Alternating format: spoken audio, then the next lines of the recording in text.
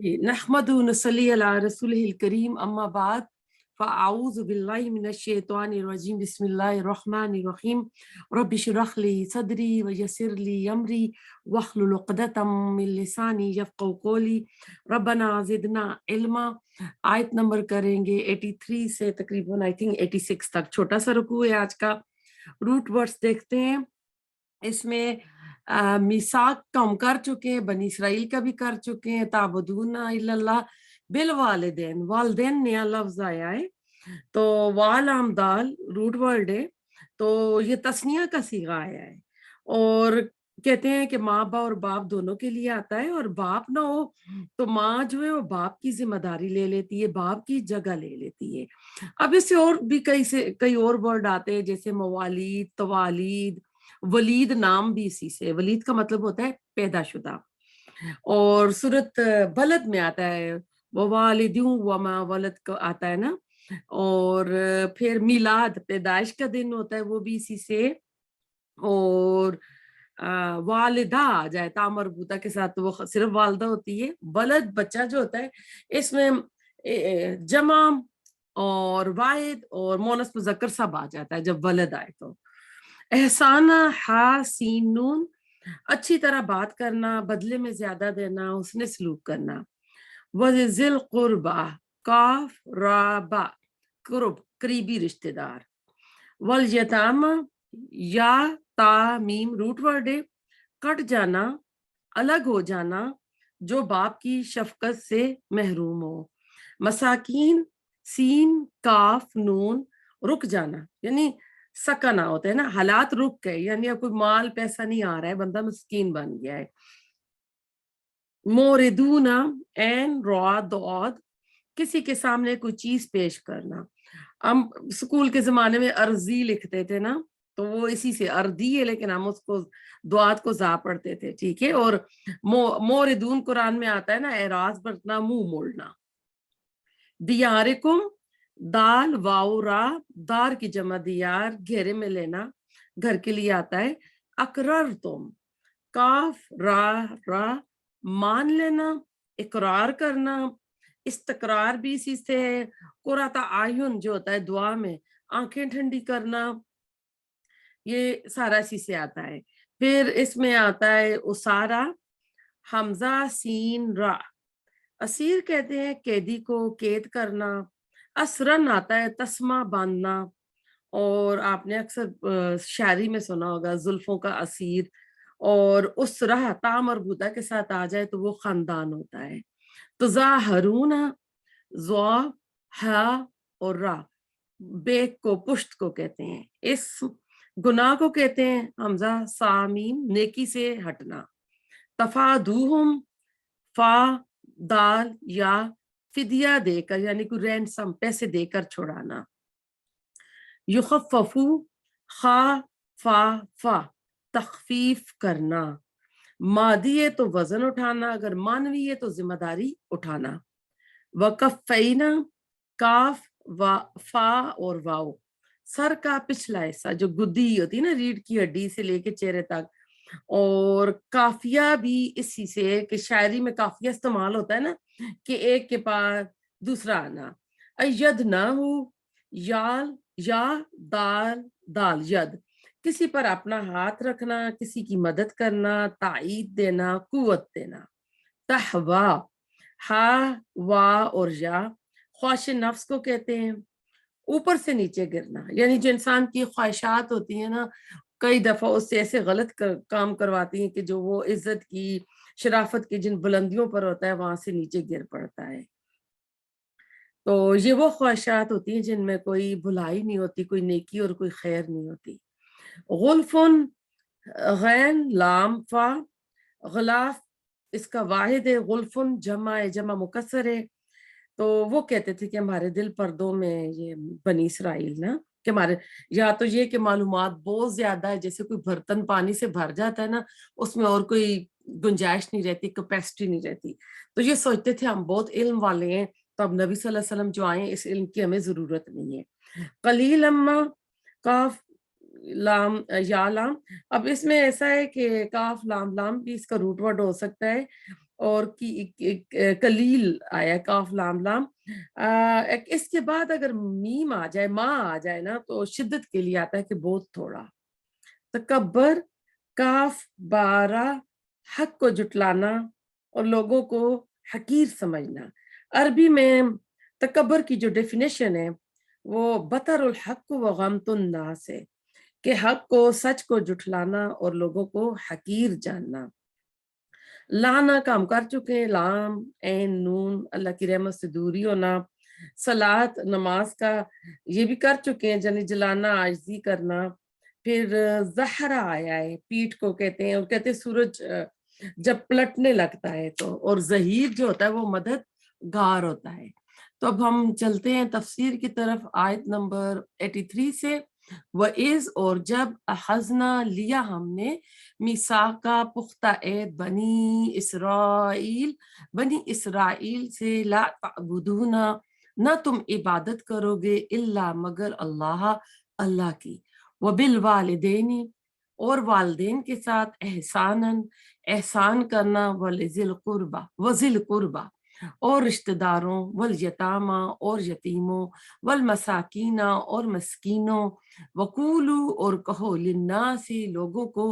حسنا، اچھی بات، وَأَقِیمُوا، اور قائم کرو، الصلاۃ، نماز کو، وَآتُوا، اور ادا کرو، الزکاۃ، زکات کو، ثم، پھر، تولیتم، منہ موڑ لیا تم نے، الا، سوائے، قلیل بہت تھوڑے، منکم، تم میں سے، وَأَنْتُمْ، اور تم، معرضون، منہ موڑنے والے تھے، اعراض کرنے والے تھے. اب دیکھیں اس آیت میں اللہ تعالیٰ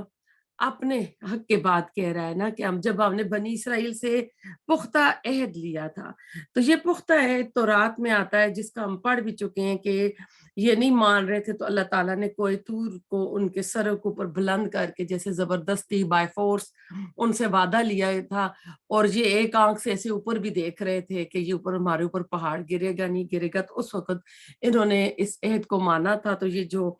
10 احکامات ہیں، احکام عشرہ بھی ان کو بولتے ہیں، تورات میں جو دیے گئے ہیں، تو اللہ تعالیٰ نے پختہ عہد لیا تھا تورات میں بنی اسرائیل سے. پھر ایسا ہے، اللہ تعالیٰ ہر قوم سے، اللہ تعالیٰ کا وعدہ ہے، اللہ تعالیٰ عہد لیتا ہے الہامی کتابوں میں. تو بنی اسرائیل کو حکم دیا گیا تھا. سوال پیدا ہوتا ہے کہ کیا ہمیں بھی ایسا حکم ملا ہے؟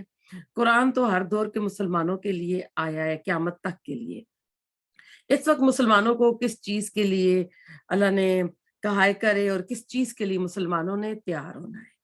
تو پہلی شک جو اس میں آتی ہے کہ لا تعبدون الا اللہ، بنی اسرائیل سے. اور یہ سورت بنی اسرائیل میں نا جو 10 کمانڈمنٹ ہے وہ اور ڈیٹیل میں آئے گی، وقضا ربک، اس میں بھی آئے گا. تو اللہ کی بندگی کرنی ہے. اب دیکھیں سورت فاتحہ میں ایاک نعبد و ایاک نستعین کہہ کر ہم کو اللہ تعالیٰ نے دوسرے لوگوں کی غلامی سے نجات دلائی ہے. جب ایک اللہ کی بندگی نہیں ہوتی تو پھر انسان بہت ساری چیزوں کا غلام بن جاتا ہے. اس میں نمبر 1 جو چیز آتی ہے، انسان کا اپنا نفس ہوتا ہے، پھر اس کا خاندان، اس کی برادری، اس کی عزت، ناک کا مسئلہ، لوگوں کا، محلے والوں کا. یعنی انسان پھر اللہ کو چھوڑ کر بندوں کی غلامی میں لگ جاتا ہے. انسان ایک رب کی بجائے بہت ساروں کا ہو جاتا ہے. اللہ کو شراکت بالکل پسند نہیں ہے. سورۃ نساء میں 2 بار اللہ تعالیٰ کہتے ہیں کہ اگر تم نے شرک نہ کیا ہوگا تو تمہارے سارے گناہ معاف ہو جائیں گے، لیکن شرک کو اللہ معاف نہیں کرے گا. اور سورۃ رعد میں اللہ تعالیٰ ایک مثال بھی دیتے ہیں کہ ایک انسان ہے، اس کا ایک رب ہے، اور ایک شخص ہے، اس کے جو ہے کئی سارے، یعنی بہت سارے رب ہیں. یعنی ایک بندے کا جو باس ہے وہ ایک ہی، اور دوسرے کے بہت سارے. اگر 2 بھی لے آئے نا تو تب بھی خرابی ہو جاتی، جیسے ایک اسکول میں 2 پرنسپل آ جائیں. تو آج یہ آیت ہمارے لیے، ہم بھی ایک رب کے بن جائیں. ہر نبی کا پیغام یہی تھا. صرف نماز پڑھنے کا نام بندگی نہیں ہے. کمال حق، کمال ذل جو آتا ہے، تو اللہ تعالیٰ کے حقوق میں جو ہم نے کرنا ہے، تو ہماری جو بندگی ہوگی نا، جو ہم عبد نظر آئیں گے، زندگی کے ہر شعبے میں نظر آئیں گے، گھر میں، باہر، مسجد میں، کاروبار میں، دفتر میں، ہر جگہ. تو اب اللہ کے ساتھ ہم خوف اور امید کا ہمارا اللہ تعالیٰ کے ساتھ رشتہ ہے کہ کیونکہ وہ ہمارا کارساز ہے، اسی نے ہم کو بنایا، اسی نے ہم کو یہ سارے احکامات دیے ہیں شریعت کے، تو ہم نے یہ سارا کرنا ہے کیونکہ عبادت جو ہے 3 چیزوں کا مجموعہ تھی۔ نمبر 1 پرستش کرنا، جس میں رکوع سجود قیام آ جاتے ہیں، اور نمبر 2 غلامی آئی تھی، رب کے آگے جھکنا ہے، اور پھر تیسری آ جاتی تھی اطاعت سبمیشن۔ تو یہ چیزیں ہوں گی نا تو پھر جنت کا دروازہ کھلے گا۔ تو اللہ تعالیٰ نے خوب کیونکہ اس دنیا میں ہمارا خالق مالک بادشاہ ہمارا رب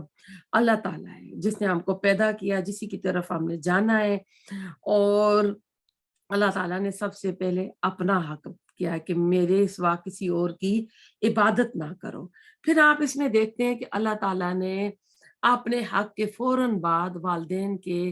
حق کا ذکر کیا ہے، اور یہ والا اس طرح کا آپ کو مقام قرآن میں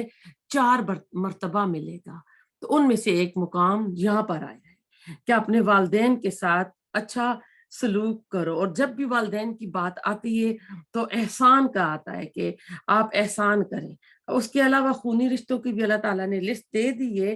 تو ہم دیکھتے ہیں کہ والدین کے ساتھ احسان کرنا، ان کی خدمت کرنا، اطاعت کرنا، نافرمانی نہ کرنا، ان کے رشتہ داروں سے اچھا سلوک کرنا، والدین کی ضروریات کا خیال رکھنا، ان کے سامنے ادب کا معاملہ کرنا، دنیا سے چلے جائیں تو ان کے لیے دعا کرنا، اور احسان ہوتا ہے کہ دوسری کی طرف سے بات اچھی نہ بھی لگے تو احسان کرا۔ عدلے کا بدلہ تو ہمیں پتہ ہے حق کے ہم کرتے ہیں، تو والدین کے ساتھ یہ ہے کہ احسان کے درجے پہ کرنا، لیکن بدقسمتی سے یہ حق ہم ادا نہیں کر سکتے۔ آپ دیکھیں قرآن میں کسی بھی جگہ اللہ تعالیٰ نے نہیں کہا ہے کہ اپنے بچوں سے پیار کرو، اولاد سے پیار کرو، اولاد سے محبت کرو، اولاد کے ساتھ اس طرح آؤ، لیکن قرآن میں یہ 4 مرتبہ اللہ تعالیٰ نے اپنے حق کی بات والدین کی بات کی ہے۔ کیوں کی ہے؟ سوال پیدا ہوتا ہے نا۔ اصل میں بات یہ ہے کہ جو بچوں کی محبت ہے نا، یہ اللہ تعالیٰ نے ہمارے اندر جو ہے نا پروگرام کر دیے، الہام کر دیے، وہ قدرتی طور پر ہمارے اندر ہے۔ بچہ پیدا ہوتا ہے، اتنے اچھے لگتے ہیں، اپنا بچہ ہوتا ہے، جب بچوں کے بچے پیدا ہوتے ہیں تو اور زیادہ میٹھے لگتے ہیں، بچوں سے بھی زیادہ۔ اور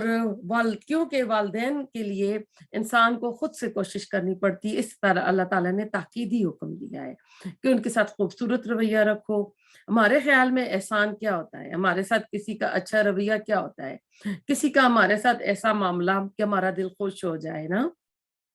اور پھر ماں باپ نے تو دیکھو ہم چھوٹا سا ہم کو پالا ہے، بڑا کیا ہے، تو ہم تو ان کا حق ادا ہی نہیں کر سکتے، اور ہر ماں باپ کا الگ الگ معاملہ ہوتا ہے انفرادی طور پر۔ ہم ان کی نفسیات کو سمجھے، کیونکہ جب ماں باپ بوڑھے ہو جاتے ہیں، بچوں کی طرح ہو جاتے ہیں،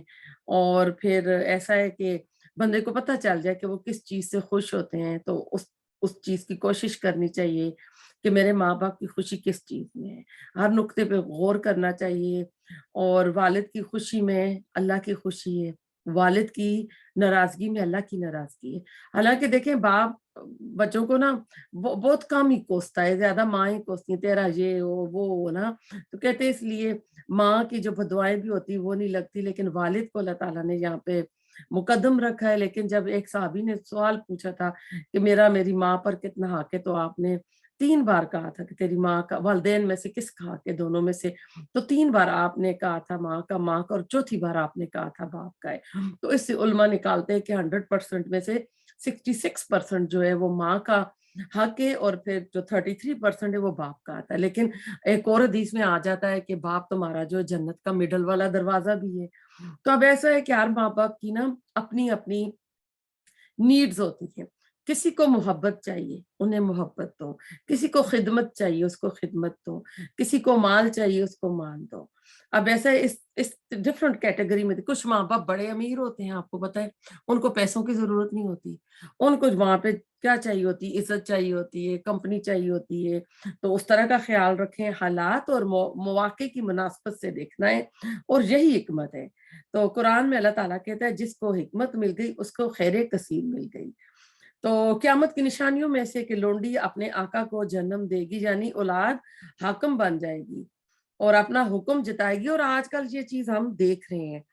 پھر ایسا ہے کہ